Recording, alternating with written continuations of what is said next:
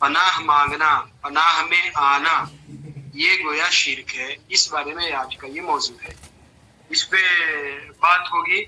تو پوری بات کرنے سے پہلے کچھ باتیں جاننا یہ ضروری ہے، جیسا کہ کتاب توحید جس کتاب کو ہم لوگ پڑھ رہے ہیں، اور آج کا یہ میرے خیال سے 12واں یا 13واں ایک درس ہے، اور اس سے پہلے جو بھی ہمارے جو ٹاپک گزرے ہیں، جو بھی ٹاپک گزرے ہیں، تو اصل میں جیسے شیخ نے جیسا کہ شروع کتاب سے لے کر کے یعنی 6-7 چیپٹر تک، 6-7 موضوع تک شیخ نے توحید اور توحید کی حقیقت، توحید کی عظمت اور توحید کے بارے میں جو بنیادی باتیں ہیں وہ اس کو بتایا، اور پھر اس کے بعد جو اس کتاب کا اصل موضوع ہے اور اس توحید کے جو تقاضے ہیں اور اس کے جو لوازمات ہیں ان کو شروع کیا ہے، اور یہ سلسلہ وار پچھلے 6-7 جو سبق ہے، لیسن ہے، وہاں سے یہ بات چل رہی ہے۔ ہمیں یہ بات ذہن میں رکھنا چاہیے کہ کسی بھی چیز کو بہت واضح طور پہ وضاحت کے ساتھ اس کو جاننے سمجھنے کے لیے بڑی آسانی ہوتی ہے کہ آدمی اس کی ضد کو، اس کے اپوزٹ کو، جو اس کے الٹا جو ہے یا اس کے برعکس جو چیز ہے اس کو ضد بولتے ہیں، اپوزٹ، اس کو بھی جانے تو اس چیز کا جو کانسیپٹ ہے یا جو تصور ہے یا اس کی جو حقیقت ہے سمجھ میں آ جاتی ہے۔ مطلب یہ ہے میرے کہنے کا کہ توحید کے ساتھ شرک کو بھی جاننا ضروری ہے، اور توحید کو جانیں گے تو شرک کا جاننا ضروری ہے، اور شرک سمجھیں گے تو حقیقی طور پہ توحید کی بھی سمجھ آتی ہے۔ ٹھیک ہے، تو اس طرح سے شیخ نے جو پچھلے جیسے غیر اللہ کے نام سے ذبح کرنا اور اس طرح سے جو مختلف لیسن اور باب یا سبق جو ہے عنوان قائم کر کر کے بتایا ہے، تو وہ شرک یعنی کون کون سے اعمال ہیں جو شرک کے توحید کے منافی ہیں اور شرک میں سے آتے ہیں، اس کو بتانا شروع کیا ہے۔ تو یعنی توحید کی ضد جو ہے وہ شرک ہے۔ یہاں جو آج کا ہمارا جو باب ہے، جو سبق ہے، وہ استعاذہ کے بارے میں۔ استعاذہ یعنی ایسے اردو میں عام طور پہ تعوذ بولتے ہیں، یا جیسے ہم پڑھتے ہیں اعوذ باللہ من الشیطان الرجیم، تو اس میں جو اعوذ بہ ہے وہ یہی ہے کہ میں اللہ کی پناہ مانگتا ہوں، اور ایسے اردو میں بھی لکھتے ہیں، بولتے ہیں لوگ عام طور پہ کہ الیاذ باللہ، تعجب کے طور پہ، حیرانگی کے طور پہ یعنی بولتے ہیں الیاذ باللہ، یعنی اللہ کی پناہ اس بات سے، یعنی جو ایسا گناہ کا کام ہو، شرک کا کام ہو، ایسے کوئی معصیت کا، نافرمانی کا کام ہو، تو بولتے ہیں الیاذ باللہ، یعنی اللہ کی پناہ۔ مجھے بتانا یہ ہے کہ جیسے تعوذ بولتے ہیں یعنی پناہ مانگنا، اسی سے یہ استعاذہ اسی معنی میں ہے، اور الیاذ باللہ جو بولتے ہیں عربی میں ہے لیکن اردو میں استعمال ہوتا ہے، مطلب یہ ہے کہ پناہ چاہنا، یعنی اللہ تعالیٰ کی پناہ میں جو ہے یہ آنا، یہ تعوذ کا مطلب ہے۔ اور قرآن مجید میں مختلف جگہ پہ استعاذہ کا لفظ دیا ہے، جیسے فاستعیذ باللہ من الشیطان الرجیم، اللہ کی پناہ جو ہے مانگو۔ اب یہاں پہ ایک تیسری چیز ہے، ہمیں یہاں پہ یہ جاننا ہے کہ کیا ہر حالت میں، بہت ساری حالتیں ہو سکتی ہیں، ہر حالت میں صرف اللہ تعالیٰ ہی کی پناہ جو ہے چاہنا یہ ضروری ہے اور فرض ہے، اور اگر کچھ ایک ایسی حالت ہے کہ اس حالت میں اگر اللہ کو چھوڑ کے غیر اللہ کی پناہ بھی آدمی طلب کرے تو کیا وہ توحید کے منافی ہے، شرک میں آتا ہے؟ شرک میں آتا ہے تو کیا بڑے شرک یعنی شرک اکبر میں آتا ہے، شرک اصغر میں آتا ہے؟ علماء کے اس پہ ہیں اختلاف، و باتیں آگے آئیں گی۔ تو اصل یہ ہے کہ اللہ تعالیٰ ہی کی پناہ آدمی کو چاہنا ہے ہر حالت میں، اور اللہ کو چھوڑ کر کے کسی بھی دوسرے کی، غیر اللہ کی پناہ طلب کرنا، پناہ میں آنا، یہ جائز نہیں ہے، یہ درست نہیں ہے، اور یہ شرک میں ہے۔ اور دوسری چیز ایک یہ ہے کہ ایک زندہ آدمی، دوسری حالت بتا رہے ہیں کہ ایک زندہ آدمی ہے اور وہ موجود بھی ہے، حاضر بھی ہے، اور جس بات سے اس آدمی کی پناہ طلب کی جا رہی ہے اس میں اس آدمی کو پوری قدرت ہے، یعنی اس کے بس میں ہے کہ ہاں وہ آدمی کو پناہ دے اور مدد کرے، تو کیا یہ شکل جو ہے یہ بھی شرک میں ہے یا نہیں ہے؟ علماء کے اس میں دو اقوال ہیں، دو رائے ہیں۔ تو ایک بعض علماء کہتے ہیں کہ ہر حالت میں اللہ ہی کی پناہ جو ہے طلب کرنا ہے، غیر اللہ کی پناہ طلب نہیں کرنا ہے، چاہے وہ غیر اللہ کے علاوہ جو بھی ہو، موجود بھی ہو اور زندہ بھی ہو، اور اس کو پناہ دینے کی یعنی اہلیت طاقت بھی ہو، اس کے بس میں بھی ہو، اس پہ قدرت بھی رکھتا ہو، پھر بھی اس کی پناہ نہیں طلب کرنا ہے، یہ شرک میں ہے۔ بعض لوگوں نے کہا کہ یہ شرک اکبر ہے، دوسری شکل بھی بعض لوگوں نے کہا کہ شرک اصغر ہے، لیکن بہت سارے علماء جیسے ان کی یہ رائے ہے کہ ایسی حالت جس میں انسان زندہ انسان ہے اور وہ موجود بھی ہے، غیر موجود نہیں ہے، غائب نہیں ہے، اور تیسری چیز یہ ہے وہ اس پہ قدرت حاصل ہے پناہ دینے کی اور اس سے پناہ طلب کرتے ہیں، تو یہ شرک میں نہیں ہے۔ یہ بات زیادہ واضح ایسے ہوگی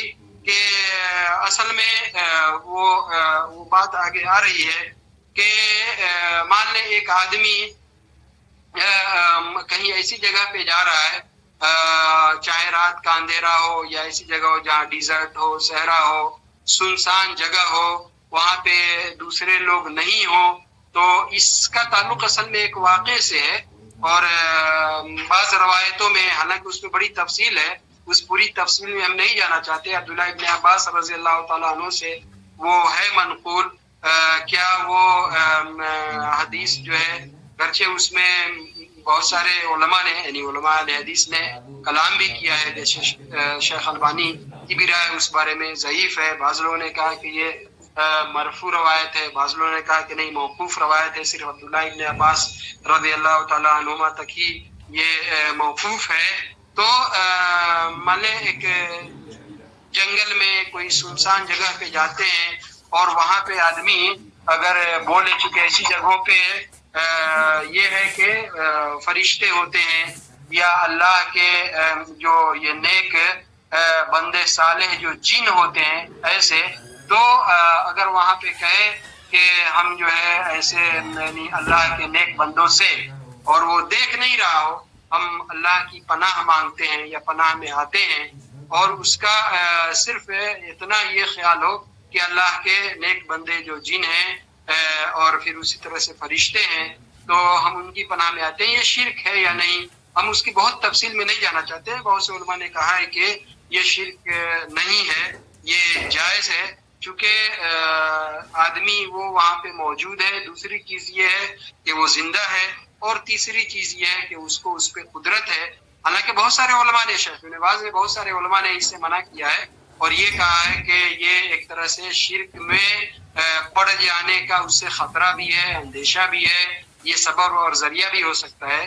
اس کو اور سمجھنے کے لیے تھوڑا سا ایک واقعہ کی طرف میں آپ لوگوں کو لے جانا چاہتا ہوں۔ آج سے 10-12 سال پہلے کیرلا میں بہت بڑا واقعہ ہوا، اور اتفاق سے یہ معاملہ بھی جو پیش آیا تو سلفیوں اور اہل حدیثوں کے درمیان ہی ہوا۔ یہ تھا کہ جو دوسرے وہ بدعتی اور خرافی لوگ ہیں، ان لوگوں سے ایک سلفی عالم ہے ڈاکٹر زکریا صلاحی، ان کا جو ہے مناظرہ ہوا، ڈیبیٹ ہوا، تو اس ڈیبیٹ میں اسی عقیدے پہ، توحید شرک کے موضوع پہ تھا۔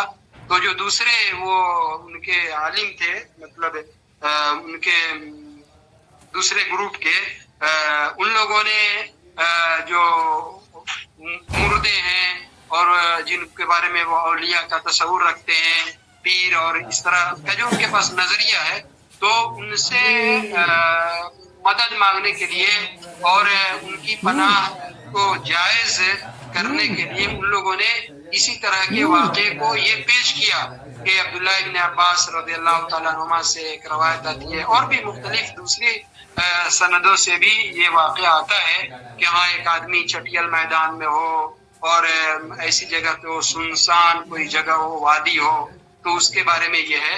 حالانکہ یہ اس پہ قیاس کرنا اپنے اس موقف کو نظریہ کو ثابت کرنے کے لیے. دونوں دو معاملہ ہے.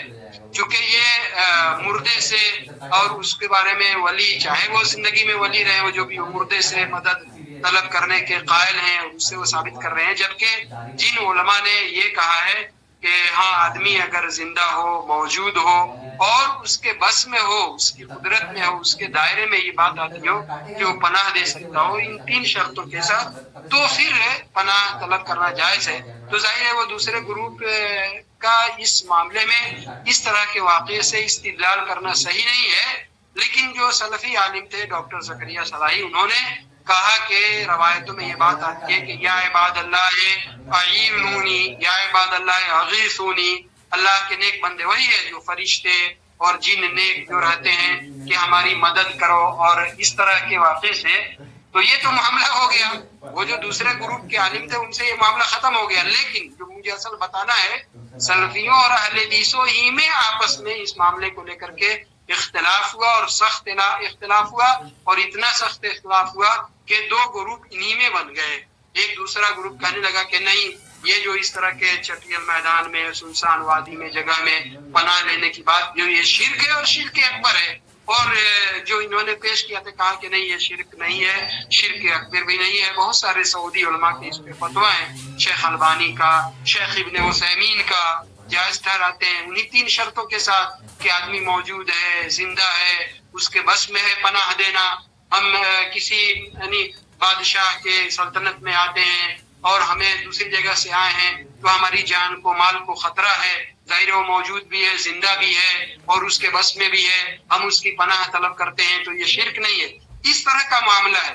تو بہرحال جو سلفی اور اہل حدیث گروپ بھی ہے اس میں بھی 2 گروپ ہو گئے.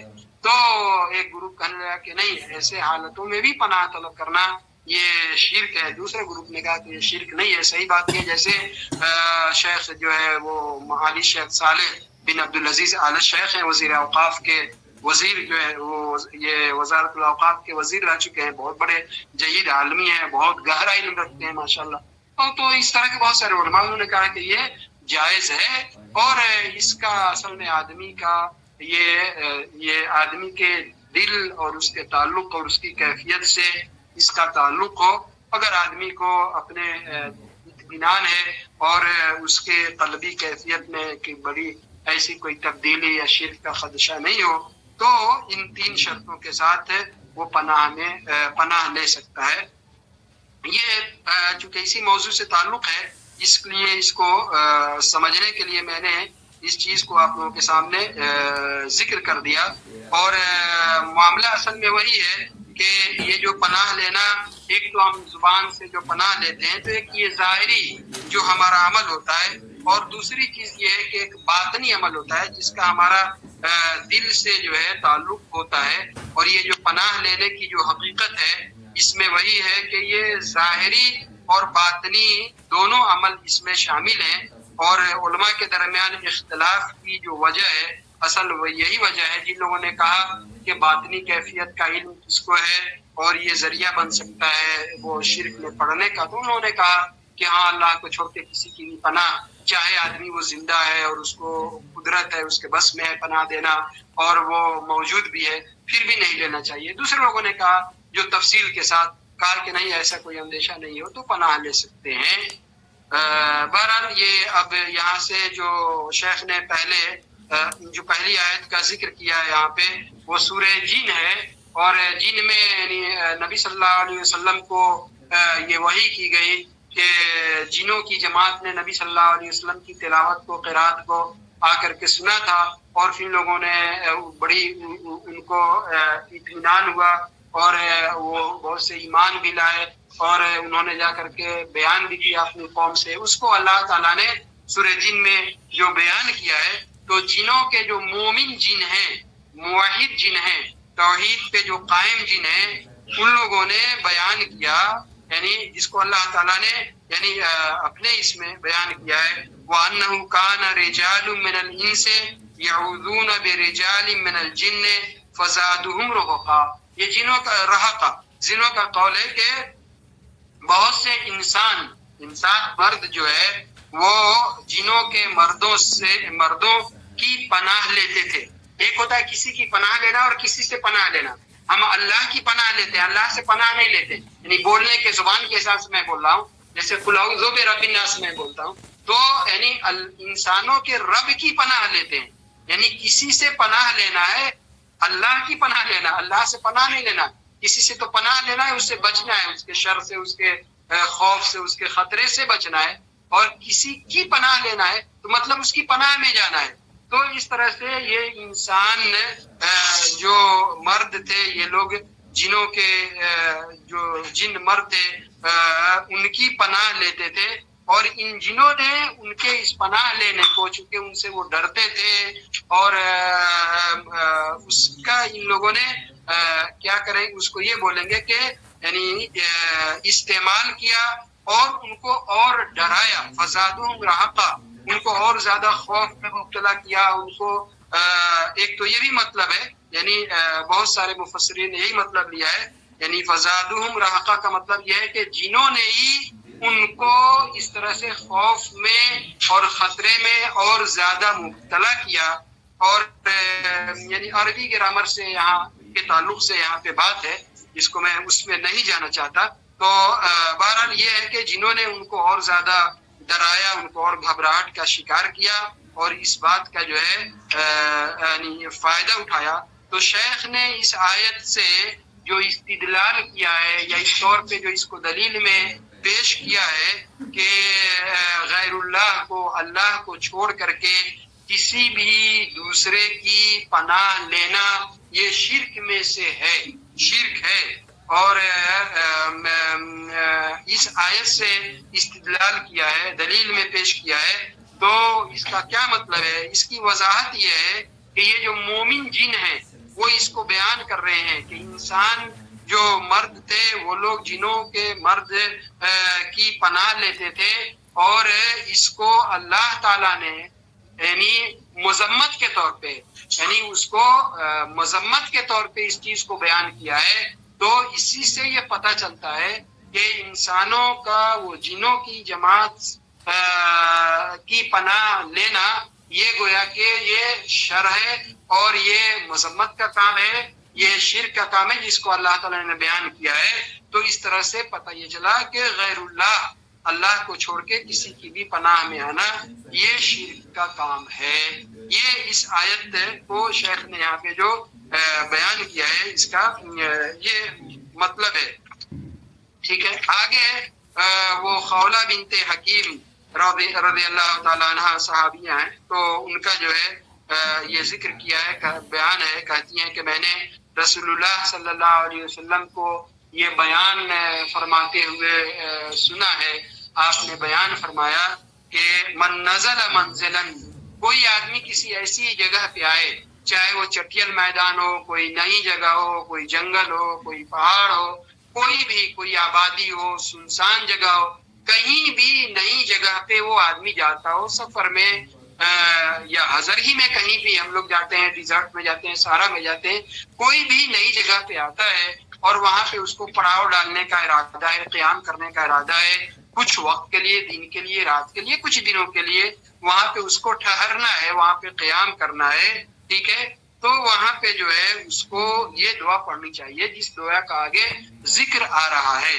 کہا کہ اس کو یہ کہنا چاہیے اعوذ بکلمات اللہ التامات من شر ما خلق, یعنی وہ آدمی اس جگہ پہ آئے اور یہ دعا پڑھے کہ میں اللہ تعالیٰ کی کلمات کا مطلب یہ ہے کہ اللہ تعالیٰ کی یہ آیتیں بھی جن میں شفا ہے اور جو آدمی کو, انسان کو کفایت کرتی ہیں, یہ بھی مراد ہے کلمات سے. یہ بھی مراد ہے کہ کلمات یعنی اللہ تعالیٰ کا یہ کلام ہی, قرآن مجید ہی مراد ہے. ٹھیک ہے, اور تیسرا مطلب یہ ہے کہ اللہ تعالیٰ کے دو طرح کے جو احکام ہیں, دو طرح کی جو باتیں ہیں, ایک تکوینی ہے یعنی جو, اور ایک شرعی ہے, تشریعی ہے. تکوینی کا مطلب یہ ہے کہ قضا اور قدر سے اس کا تعلق ہے, اللہ تعالیٰ نے تخلیق کے وقت ہی اس کو طے کیا ہے. اور تشریح کا مطلب یہ ہے جس کو بندہ, جس کا جو ہے مکلف ہے, اس کو اس کی یہ ذمہ داری ہے. تو کہا کہ یہ کلمات دونوں کے, یعنی اللہ تعالیٰ کے کلمات میں یہ دونوں باتیں آتی ہیں. تو گویا کہ اللہ تعالیٰ کے احکام, اللہ تعالیٰ کی باتیں, اللہ تعالیٰ کا کلام جو قرآن مجید ہے اس کے کلام کی میں پناہ چاہتا ہوں. وہ اللہ کی پناہ چاہنا اور اللہ تعالیٰ کے کلام کی پناہ میں آنا، یہ دونوں باتیں برابر ہیں. اور کس چیز سے پناہ؟ من شر ما خلق ہے، ہر اس چیز سے جس کو، ہر اس چیز کے شر سے جس کو اللہ تعالیٰ نے پیدا کیا ہے. مطلب یہ کہ اس مقام میں کوئی بھی ایسی مخلوق جس کے اندر کوئی شر ہو، کوئی خطرہ ہو، کوئی اذیت ہو، تکلیف پہنچانے کی، اس کے شر سے ہم اللہ تعالیٰ کے کلام، اللہ تعالیٰ کی پناہ میں آتے ہیں. یہ دعا پڑھنا ہے. تو جو آدمی بھی کسی نئی جگہ مقام پہ آئے اور اس دعا کو پڑھ لے تو گویا کہ وہ آدمی وہ اس کو کوئی بھی چیز نقصان نہیں پہنچاتی ہے. جو آگے حدیث میں آگے بات آ رہی ہے کہ کوئی بھی چیز اس کو نقصان نہیں پہنچا سکتی، تکلیف نہیں پہنچا سکتی، اذیت نہیں دے سکتی، یہاں تک کہ وہ آدمی اس جگہ سے چلا جائے، اس جگہ سے پھر دوسری جگہ کوچ کر جائے، اس جگہ سے وہاں سے ہٹ جائے، تب تک اس کو کوئی چیز وہاں پہ تکلیف نہیں پہنچاتی. گویا اس چیز کو پڑھنا ہے. اس حدیث کو بھی پہلی چیز یہ ہے کہ شیخ نے یہاں بیان کیا ہے، تو بیان کرنے کا مقصد یہ ہے کہ پناہ طلب کرنے کے بارے میں یہ سبق ہے. تو گویا کہ پناہ طلب کرنا ہے اللہ تعالیٰ کی، کسی دوسرے کی پناہ طلب نہیں کرنا ہے. ایک یہ چیز ہے. دوسری چیز یہ ہے کہ جو بھی ایسے موذی جانور ہے یا کوئی بھی مخلوق جو بھی ہے جس میں تکلیف ہو، اسے آدمی کو اندیشہ ہے، خوف ہے، تو گویا اس کے شر سے اللہ تعالیٰ کی پناہ چاہنا ہے. یہ دعا آدمی جب جہاں اترے تو اس وقت بھی پڑھ لے، اور عام دنوں میں بھی، یعنی کوئی ضروری نہیں ہے کہ نئی جگہ پہ جائے تو ہی پڑھے. رات میں جب ہم سوتے ہیں تو سونے کے وقت بھی جو بہت ساری دعائیں پڑھنا ہے، آیتیں پڑھنا ہے، سورتیں پڑھنا ہے، جس کو جتنی یاد ہوتی ہے اس وقت بھی یہ دعا آدمی کو پڑھ کر کے سونا چاہیے. تو جو موذی جانور، یہ اس طرح کی جو چیزیں ہیں، چرندے، پرندے، کیڑے ہیں، اس طرح کے جو ہوتے ہیں، آدمی اس کی تکلیف سے محفوظ رہتا ہے. اس وقت بھی پڑھ سکتے ہیں. کوئی نئی جگہ پہ جانا اس کے لیے. خود قرطبی کے بارے میں بھی بات یاد رہی ہے. قرطبی کے بارے میں یہ بیان کرتے ہوئے خود ہی کہ پوری زندگی میرا جو ہے معمول تھا کہ میں اس کو پڑھ کر کے سوتا تھا، اور ایک رات جو ہے اس کو نہیں پڑھا تو بچھو نے آ کر کے ڈنک مار دیا تھا. ٹھیک ہے. وہ خود اپنے زندگی کے بارے میں وہ یہ بیان کرتے ہیں. تو گویا کہ یہ آدمی اللہ کی پناہ میں آتا ہے اس دعا کے ذریعے. تو یہ اس کو پڑھنا ہے، اور اسی وجہ سے یعنی چونکہ اس کا تعلق آدمی کے عقیدے سے ہے، اس لیے ان کو اس حدیث کو شیخ نے اس باب میں بیان کیا ہے. اسی سے وہ ملتا جلتا ایک واقعہ ہے جو بہت سارے علماء نے اس کو بیان بھی کیا ہے. خود امام احمد بن حنبل جو بڑے بڑے علماء اور فقہاء اور ائمہ میں جو چار بہت بڑے مشہور ہیں، ان میں جو ایک امام احمد بن حنبل جو ہے مشہور ہے، وہ بیان کرتے ہیں.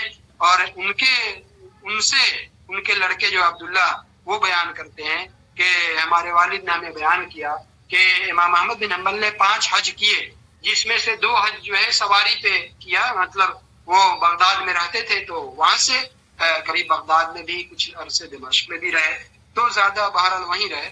اور کہا کہ ہم 2 سواری سے کیا اور 3 حج جو ہے پیدل چل کے کیا. کہیں پہ یہ ہے کہ 3 جو ہے سواری سے کیا، 2 پیدل چل کر کے کیا. تو سفر میں جو ہے وہ کہتے ہیں کہ پیدل کے سفر میں ہم جو ہے راستہ گم ہو گئے، پتہ نہیں چلا کہ ہم کہاں جا رہے ہیں، راستہ گم ہو گیا. ایسے بھی دیہاتوں میں بات مشہور ہے اور ہو بھی جاتا ہے، اس کو لوگ بولتے ہیں ایسے، اس کو دیکھانس یعنی وہ بولتے ہیں. یعنی آدمی کو وہ دیہات میں کیا اس کے لیے لفظ بولتا ہے لوگ نا، اس کو پکڑ لیا. کیا لفظ ہے؟ دیہات کا لفظ ہے، ذہن سے اتر رہا ہے. یعنی آدمی کا سمت جو ہے نا، اس کا ڈائریکشن آدمی کھو دیتا ہے. ہمیں جانا ہے کہاں، ہماری جگہ کہاں ہے، اور اس کو بائیں بولتے ہیں. ہاں، وہ پکڑ لیا دیکھانس. تو وہ جو ہے آدمی کہاں سے کہاں نکل جاتا ہے، اس کو اپنا راستہ گم ہو جاتا ہے. تو وہی جو ہے عبداللہ امام احمد بن حنبل رحمت اللہ علیہ کے ساتھ بھی ہوا. کہتے ہیں کہ حج میں ہم نے راستہ ہم جو ہے بھول گئے، تو ہم نے وہ جو اس باب میں ہم نے دعا کی کہ یا عباد اللہ دلونی علی الطریق، اللہ کے نیک بندو مجھے راستہ بتاؤ، ان کا اشارہ وہی فرشتوں کی طرف تھا۔ تو جن علماء نے کہا ہے کہ جو اس طرح یعنی عقیدہ وہ غیر اللہ کے بارے میں نہیں ہو، اللہ کے نیک بندے وہاں فرشتے رہتے ہیں، جن رہتے ہیں جو صالح ہیں، یہ بات ہو تو ان کی پناہ آدمی ہے، ان سے مدد طلب کرے تو یہ شرک میں نہیں ہے۔ خود امام احمد بن حنبل رحمۃ اللہ علیہ کے تعلق سے یہ بات ہے، کہا کہ پھر مجھے اپنا راستہ جو معلوم ہو گیا اور میں اپنے مقام پہ پہنچ گیا۔ تو بہرحال یہ پناہ غیر اللہ سے مانگنا جو پوری تفصیل جس طرح سے بات ہوئی ہے یہ شرک ہے۔ آدمی کوئی نئی جگہ پہ جائے، چٹکیل میدان پہ جائے، جنگل میں جائے اور کہ یہاں پہ تو وہ مطلب ایسے فلاں نقصان دہ ایسی چیزیں اگر رہتی ہیں، آدمی کا یہ عقیدہ ہو اور اس لیے آدمی اس کے خوف سے پناہ مانگے تو یہ شرک ہے، اور شرک اکبر بھی ہے، اس سے آدمی کو پناہ مانگنا چاہیے۔ ایک یہ باب تھا۔ دوسرا جو باب ہے میرے خیال سے اس کو بھی ہم تھوڑا سا ٹائم ہے وہ ختم کرتے ہیں، اسی سے ملتا جلتا کچھ وہ بھی ہے، وہ یہ ہے کہ اللہ تعالیٰ کو چھوڑ کر کے کسی بھی غیر اللہ سے استغاثہ کرنا، یہ استغاثہ کے بارے میں ہے۔ استغاثہ ایسے بولتے ہیں غوث کے معنی مدد طلب کرنا، اور استغاثہ جو ہے اردو میں مشہور بھی بہت استعمال بھی ہوتا ہے۔ استغاثہ جیسے کورٹ میں ایک ٹرم ہے، ٹرمولوجی ہے، وکیل استغاثہ، استغاثہ کا وکیل، یعنی جیسے آدمی کا کوئی لڑتا ہے، آدمی تو جو وکیل ہوتا ہے اس کی مدد کرتا ہے، سپورٹ کرتا ہے، تو اس کے فیور میں جو جا کر کے جج کے سامنے اس کے مدعا کو رکھتے ہیں تو اس کو وکیل استغاثہ بولتے ہیں، ٹھیک ہے۔ تو استغاثہ کا مطلب یہ ہے کہ مدد طلب کرنا، غوث جیسے بولتے ہیں نا، یا غوث المدد یا غوث المدد، تو غوث کا جو فلاں غوث ہے، فلاں غوث ہے، فلاں غوث ہے، جو عقیدہ ہے، نظریہ ہے، غوث کا مطلب میں بتانے کے لیے، استغاثہ کا مطلب بتانے کے لیے یہ سب باتیں بول رہا ہوں۔ تو استغاثہ کا مطلب یہ ہے کہ مدد چاہنا، مدد طلب کرنا، غوث کے معنی مدد۔ تو غیر اللہ کو چھوڑ کر کے کسی بھی اللہ کو چھوڑ کے کسی بھی غیر اللہ سے مدد طلب کرنا یہ شرک ہے اور شرک اکبر ہے۔ یا اسی طرح سے اللہ کو چھوڑ کر کے کسی کو بھی پکارنا، اس کو دعا کرنا، اس سے مانگنا، یہ بھی شرک ہے۔ دعا کا مطلب جو ہے دو طرح کا ہوتا ہے۔ مختصر طور پہ یہ سمجھے کہ ایک دعا جو ہوتا ہے آدمی اپنی طلب کے ساتھ اپنی حاجت، اپنی فریاد لے کر کے اپنا سوال، دستے سوال پھیلاتا ہے، مانگتا ہے، سوال کرنا، ٹھیک ہے، اپنی ضرورت، اپنی حاجت فریاد رکھنا دعا میں ایک یہ بھی ہے۔ اور دعا کا مطلب عبادت کرنا بھی ہے، دعا میں عبادت بھی ہے اور دعا میں جو ہے مانگنا، سوال کرنا بھی ہے، اللہ یہ فریاد کرنا بھی ہے، دونوں معنی میں۔ بہت سارے لوگ جو شرک کرتے ہیں وہ بولتے ہیں کہ دعا جو عبادت ہے ہم اللہ کی عبادت کرتے ہیں، اور یہ جو ہے ہم یہ دعا ہم یہاں پہ یہ شرک میں نہیں آئے گا۔ دعا قرآن مجید میں جو استعمال ہوا ہے عام طور پہ وہ دعا دونوں معنی میں استعمال ہوا ہے۔ ایک دعا جس میں اپنی حاجت، اپنی طلب لے کر کے آدمی پیش کرتا ہے، دعا کرتا ہے، اپنا سوال ہے وہ رکھتا ہے، اور دوسرا یہ کہ دعا جو عبادت ہے، عبادت کے طور پہ ہی، یعنی دعا جو ہے عبادت کے طور پہ آدمی اس کو انجام دیتا ہے، تو گویا یہ شرک میں سے ہے۔ اور یہاں پہ بہت ساری آیتوں کا ذکر کیا ہے۔ پہلی جو آیت استغاثہ کے بارے میں ایک مطلب یہ ذہن میں رہے، ایک ضابطے کے طور پہ یا قاعدے کلیہ یعنی اصول کے طور پہ یہ کہ کب جو ہے یہ استغاثہ کرنا یہ شرک ہوگا، اس کے لیے یہ ہے کہ اللہ کو چھوڑ کر کے غیر اللہ سے غوث یعنی مدد طلب کرنا، ٹھیک ہے، غیر اللہ سے جو ایسی مخلوق سے جو اس کے بس میں نہیں ہو، ٹھیک ہے، تو یہ گویا کہ استغاثہ یہ شرک ہے۔ ہر وہ مدد غیر اللہ سے اللہ کو چھوڑ کر کے کسی سے بھی طلب کرنا، کسی مخلوق سے، چاہے فرشتے ہوں یا وہ کوئی بھی ہو، اس سے طلب کرنا اور اس پہ اس کو مدد کرنے کی قدرت نہیں ہو، تو یہ استغاثہ، ایسا استغاثہ طلب کرنا جو صرف اللہ کے ہی بس میں ہے، تو یہ شرک میں سے ہے۔ اس کو ایک مثال کے طور پہ ایسے سمجھ سکتے ہیں کہ مان لیں کسی کے گھر میں آگ لگی ہے اور آبادی میں ہے، آدمی ہے، تو ظاہر ہے ایسے موقع پہ آواز دیتا ہے آدمی کو کہ آپ آئیں، لوگ دوڑ کر کے جاتے ہیں۔ آدمی کے انسان میں ہے کہ بس میں ہوتا ہے اس کو اس سے یعنی نجات دلانے، بچانے، آگ بجھانے کی ساری کوششیں آدمی کرتا ہے. ایسے موقع پہ انسانوں کو بلانا یہ شرک میں سے نہیں ہے. ایک آدمی ڈوب رہا ہو اور دوسرے لوگ وہاں پہ کھڑے ہو اور وہ آدمی اس کو بچانے کی طاقت رکھتا ہے, قدرت رکھتا ہے, تو اس کو بلانا یہ شرک میں سے نہیں ہے. ایسا استغاثہ کرنا اللہ کو چھوڑ کر کے کسی دوسرے سے, جو صرف اللہ تعالیٰ ہی کے اختیار میں ہو, اللہ تعالیٰ ہی کے بس میں ہو, اللہ تعالیٰ ہی کی اس پہ قدرت ہو, تو ایسا استغاثہ جو ہے شرک ہے. دوسرا جو ہے وہ شرک نہیں ہے. اللہ تعالیٰ نے فرمایا وَلَا تَدْعُوا مِن دُونِ اللَّهِ مَا لَا يَنفَعُكَ وَلَا يَضُرُّكَ, اللہ تعالیٰ کو چھوڑ کر کے یا اللہ تعالیٰ کے ساتھ بھی کسی بھی دوسرے کو نہ پکارو, کوئی بھی دوسرے کو نہ پکارے جو تمہیں نہ نفع پہنچا سکتا ہو, فائدہ پہنچا سکتا ہو, اور نہ نقصان پہنچا سکتا ہو. جس کو بھی نفع پہنچانے اور نقصان پہنچانے کی طاقت اور صلاحیت نہیں ہے, گویا کہ اس کو اللہ کے ساتھ یا اللہ کو چھوڑ کر کے ایسے آدمی کو پکارنا نہیں ہے. تو یعنی اللہ نے اس کو منع کیا ہے. تو اس سے یہی پتہ چلا دعا کا جو ذکر کیا ہے نا, تو اس میں دونوں باتیں آتی ہیں, یعنی ان سے مانگنا بھی اور عبادت کے طور پہ ان کو پکارنا بھی, یہ دونوں. فَإِن فَعَلْتَ فَإِنَّكَ إِذًا مِّنَ الظَّالِمِينَ, نبی صلی اللہ علیہ وسلم سے کہا گیا کہ اگر آپ ایسا کرتے ہیں اللہ کے ساتھ یا اللہ کو چھوڑ کر کے کسی بھی دوسرے کو جو نفع اور نقصان کی طاقت اور اختیار نہیں رکھتا پکارتے ہیں, تو آپ جو ہے ظلم کرنے والوں میں سے ہیں, اور سب سے بڑا یہ ظلم جو ہے یہ شرک ہی ہے. شرک کرنا سب سے بڑا ظلم ہے.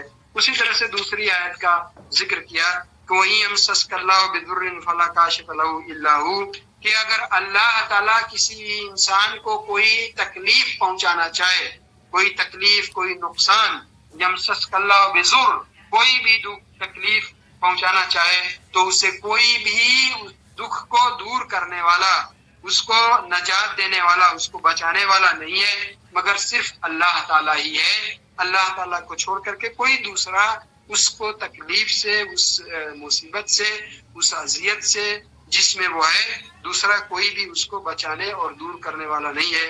یہ صرف یعنی اللہ تعالیٰ ہی کے اختیار میں ہے, اللہ تعالیٰ ہی کے بس میں ہے, کسی دوسرے کے بس میں نہیں ہے.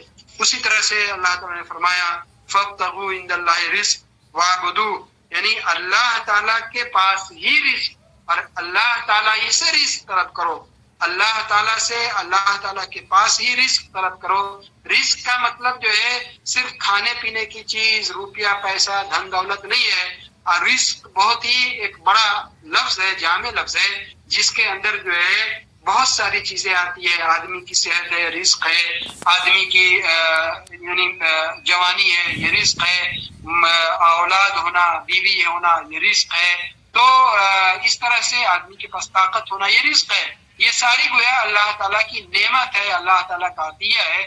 تو رزق کا مطلب صرف کھانے پینے کی چیز, روپیہ پیسہ, یہ دولت مادی چیز ہی نہیں ہے. کہا کہ اللہ تعالیٰ ہی کے پاس سے رزق طلب کرو اور اللہ ہی تعالیٰ کی عبادت کرو اور اسی کا جو ہے شکر ادا کرو, کسی دوسرے کا نہیں. تو جب اس کو اللہ تعالیٰ نے اپنے ساتھ مخصوص کر لیا تو اسی سے پتہ چلا کہ کسی دوسرے سے یہ طلب نہیں کرنا ہے, ورنہ وہی اللہ تعالیٰ کو چھوڑ کے دوسرے سے استغاثہ, جو مدد طلب کرنے کی بات ہے, جو شرک میں ہے, اس میں اس کا شمار ہوگا. اور پھر اللہ نے فرمایا کہ من اضل ممن يدعو من دون اللہ, اس سے بڑا گمراہ, اس سے بڑا بھٹکا ہوا, اس سے بڑا آدمی جو حق سے نکل جائے, حق سے بھٹک کر کے گمراہی کے راستے پہ لگ جائے, کون ہو سکتا ہے جو اللہ کے ساتھ بھی یا اللہ کو چھوڑ کر کے بھی دوسرے کو پکارے, دوسرے کی عبادت کرے, دوسرے سے مانگے. جیسا میں نے آپ کو بتایا کہ دعا کا لفظ عربی میں سوال کرنا, مانگنا, حاجت کو رکھنا, فریاد کرنا اس معنی میں, اور عبادت کرنا دونوں معنی میں بھی ہے. اور دون اللہ قرآن مجید میں بار بار یہ لفظ آتا ہے عربی میں, اس میں دونوں مطلب ہے. ایک تو یہ ہے کہ دون اللہ کا مطلب مع اللہ, اللہ کے ساتھ ہی, دوسرے سے بھی اور اللہ سے بھی, اللہ کے ساتھ اور اللہ کے, اور دوسرا مطلب یہ ہے کہ یعنی من غیر اللہ, یعنی اللہ کو چھوڑ کر کے. تو اس کو دون اللہ اس لیے بولا جاتا ہے کہ اللہ کے علاوہ جو بھی ہے وہ اس کا رتبہ اللہ کے مقابلے میں کچھ بھی نہیں ہے, وہ چھوٹا ہی ہے. تو کہا کہ اللہ کے ساتھ یا اللہ کے چھوڑ کر کے کسی سے مانگنا نہیں, کسی کو پکارنا نہیں, کسی سے مدد نہیں طلب کرنا. جو آدمی اس کی پکار کو سن نہیں سکتا ہے، اس کی فریاد کو پوری نہیں کر سکتا ہے، قیامت کے دن تک اس کی پکار کو نہیں سن سکتا ہے۔ دوسری مختلف حدیثوں میں یعنی اس چیز کو بیان کیا گیا ہے، اور قرآن مجید کی بہت ساری یعنی آیتوں میں بھی یہ جو بات ہے کہ اللہ تعالیٰ کو چھوڑ کر کے کسی دوسرے سے مدد طلب نہیں کرنا، کسی دوسرے سے فریاد نہیں رکھنا، قیامت تک بھی کوئی آدمی اس سنے پہ اس کی فریاد اور اس کی مدد نہیں کر سکتا ہے۔ اسی طرح سے کہا کہ امن یجیب المضطر اذا دعا ویکشف السوء، یعنی کون ہے وہ، کیا وہ جو پریشان حال آدمی کی پریشان حالی کو سنتا ہے، اس کی مصیبت کو سنتا ہے، اس کو جب پکارتا ہے تو، اور اس کی تکلیف کو، اس کی مصیبت کو دور کرتا ہے۔ تو گویا مطلب یہ کہ اس میں ایک استفہام سوالیہ طور پہ ہے، مطلب یہ ہے کہ یہ صرف اللہ تعالیٰ ہی کرتا ہے، یہ اللہ تعالیٰ کو چھوڑ کر کے کوئی دوسرا جو ہے نہیں کر سکتا ہے، اس لیے کسی دوسرے سے اس فریاد کو رکھنا نہیں ہے۔ اور آخر میں جو ایک روایت کا ذکر کیا ہے وہ اس کی سند میں حالانکہ کچھ ہے علماء کا کلام ہے، لیکن پھر بھی یہ قابل عمل اور دلیل کے استدلال کے لائق یہ روایت ہے، اس بنیاد پہ کہ اس کی تائید میں دوسری روایتیں بھی ہیں، اور قرآن مجید کی جو آیات ہیں اس کے معنی اور مفہوم کے خلاف یہ نہیں ہے۔ کہ نبی صلی اللہ علیہ وسلم کے زمانے میں ایک منافق آدمی تھا، اور وہ منافق آدمی ایسا تھا جو مطلب مومنوں کو اذیت پہنچاتا تھا، تکلیف پہنچاتا تھا، ان سے مومنوں کو بہت تکلیف پہنچتی تھی۔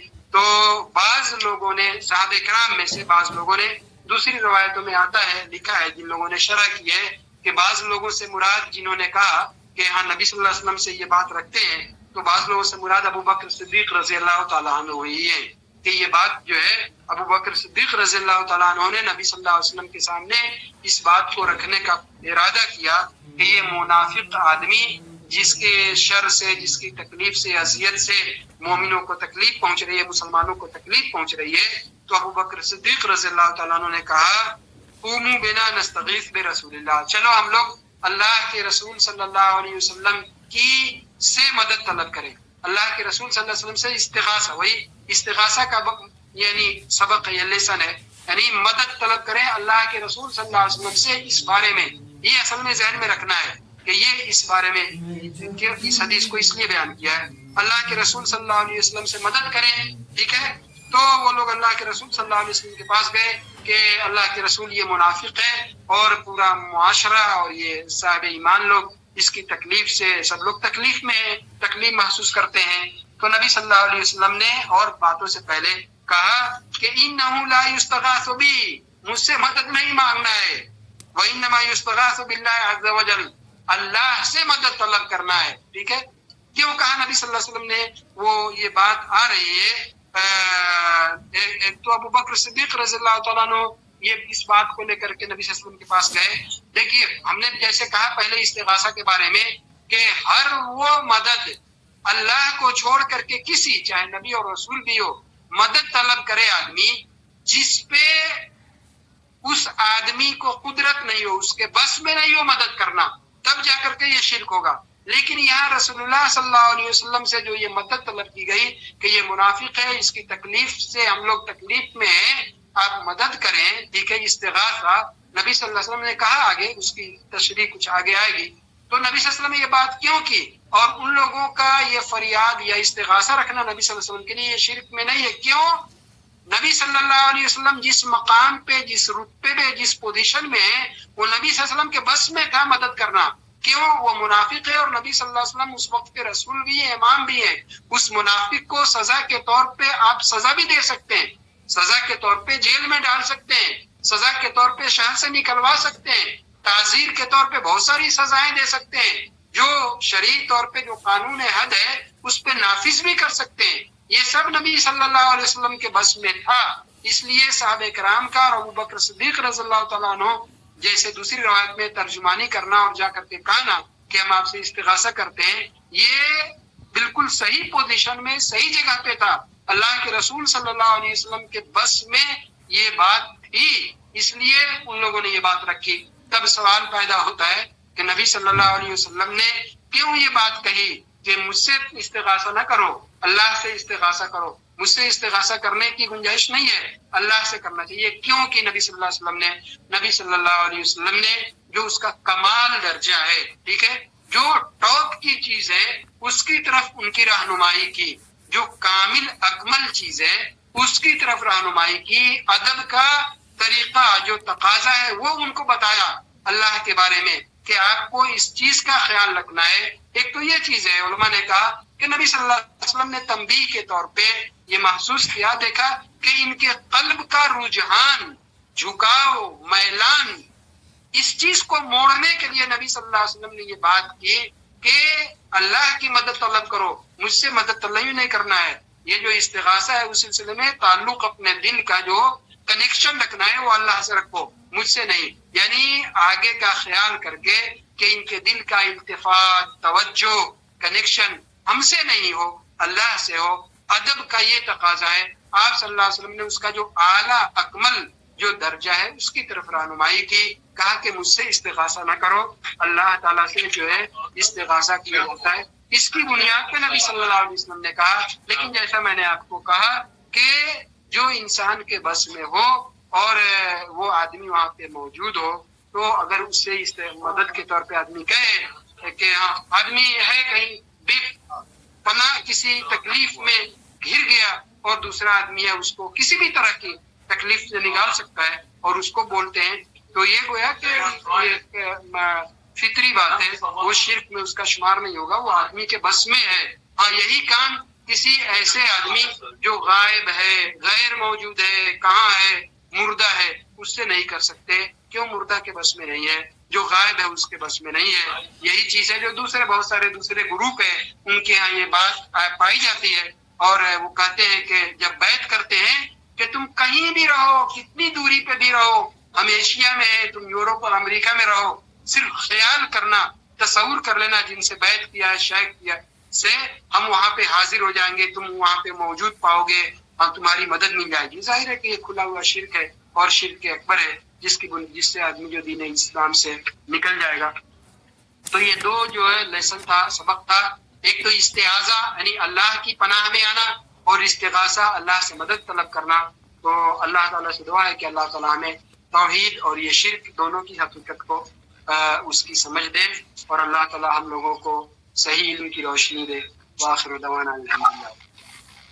آمین. ابھی 2 سوال آپ کریں جو لوگ